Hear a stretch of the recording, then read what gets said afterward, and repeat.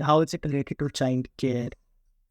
So basically, we are working on a product which is a wearable device, and it's used for temperature monitoring. So it monitors all the types of temperature fluctuations in the child, and it is more useful so that the baby is born because they're very prone to hypothermia, where the body temperature drops. Okay, so a normal body temperature is 37 degrees Celsius, and in hypothermia, the temperature becomes 36.5. So it's a very small drop, but that drop is very fatal for a child. It can affect the brain development, it can affect their growth. So a lot of parameters, creep into that.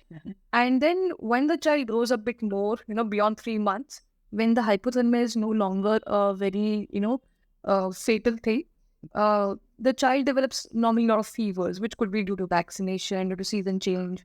And during that time, I personally, suffered because you would be very, panicking, and you would be awake all night. Yeah. And the temperature of the child would increase very drastically. It will not be like, so, 1 moment in a span of 10-15 minutes, the temperature will increase pretty much, like, from 100 degrees to 104.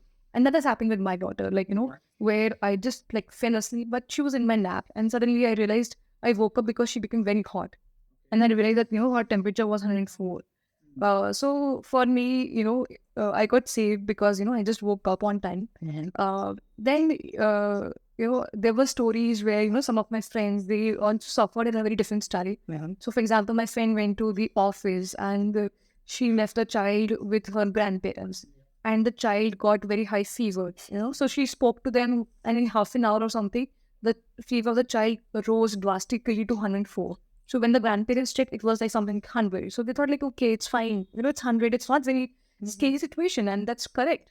But in half an hour, while they were just making some food or something, uh, you know, uh, in just that half an hour span or time, it became 104 or 105, something like that.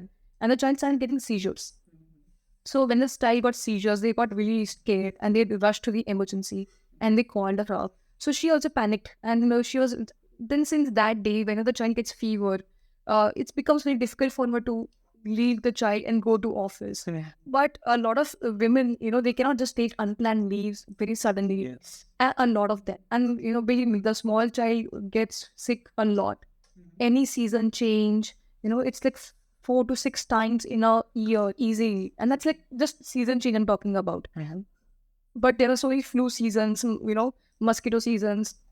Child goes to a daycare, meets some other person, or your nanny comes, she has a cold or cough, the child gets it from them. So these are other things which, if you count, it becomes like 7 to 10 times in a whole year easily.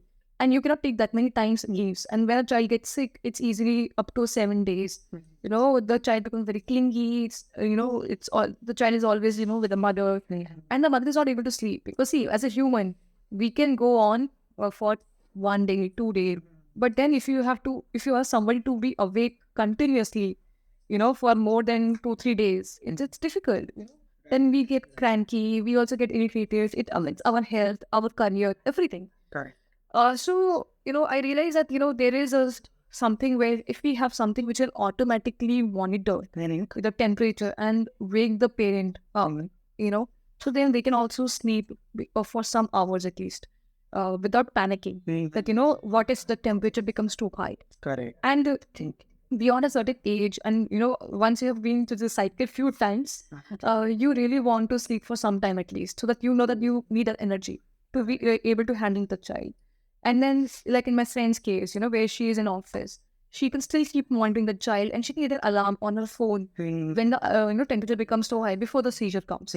So that is the main target, that this device should be able to do.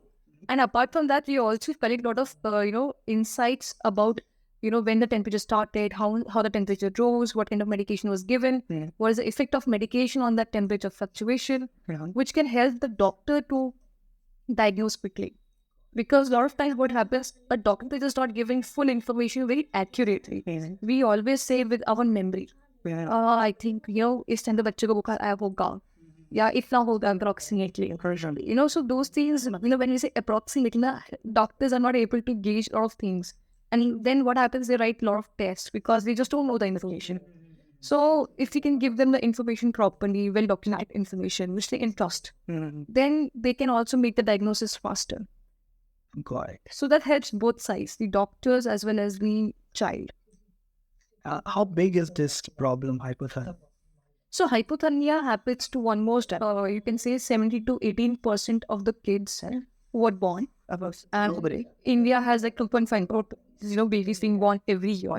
So it is a significant number, but then it's a preventive device.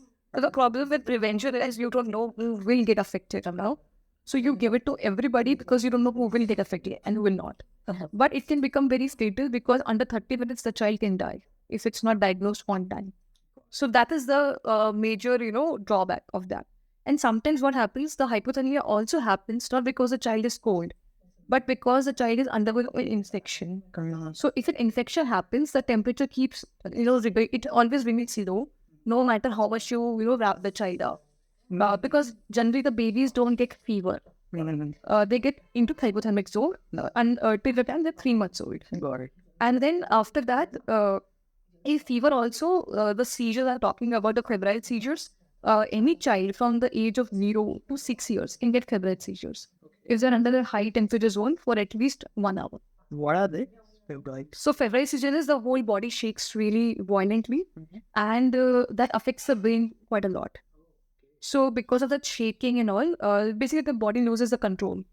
And it becomes very involuntary. So, your hands and anything will shake. So people will start with other, things like, kisi ko mrigdal aura padta hai, right? So they start thinking like that. But it's just a fever-oriented seizure. So usko febrile seizures बोलते हैं. And अगर कोई 60 minutes तक बच्चा उसमें रहता है, तो उससे उसकी वेव स्टंट हो जाती है. उसका, brain development बहुत affect होता है. So that causes a lot of issues later on in life for the child. Because आपका brain development stop हो गया बीच में, right? Like affect हो गया. And febrile seizures is very common. It's like almost 20 to 25% incidence rate is there. Plus, these kind of fevers. We got it. And then आपको अगर so dengue malaria कुछ भी होता है, diagnosis थोड़ा time लगता है. कई बार doctors, malaria dengue दोनों दवाई एक साथ start कर देगा. फिर blood test में आने में time लगता है. तो वहाँ पे जब तक रिजल्ट आएगा बच्चे की तरफ कौन खराब हो सकती है. तो ये इन्फॉर्मेशन बचाएगा इसकी डॉक्टर को कि वो ज़्यादा फोकस कर सकता है कि ठीक है ये पैटर्न से लगता है कि ये डेंगू ही है, चलो सिर्फ डेंगू का ब्लड टेस्ट कराएंगे, मलेरिया की दवाई अभी स्टार्ट नहीं कराएंगे. It's about that. So basically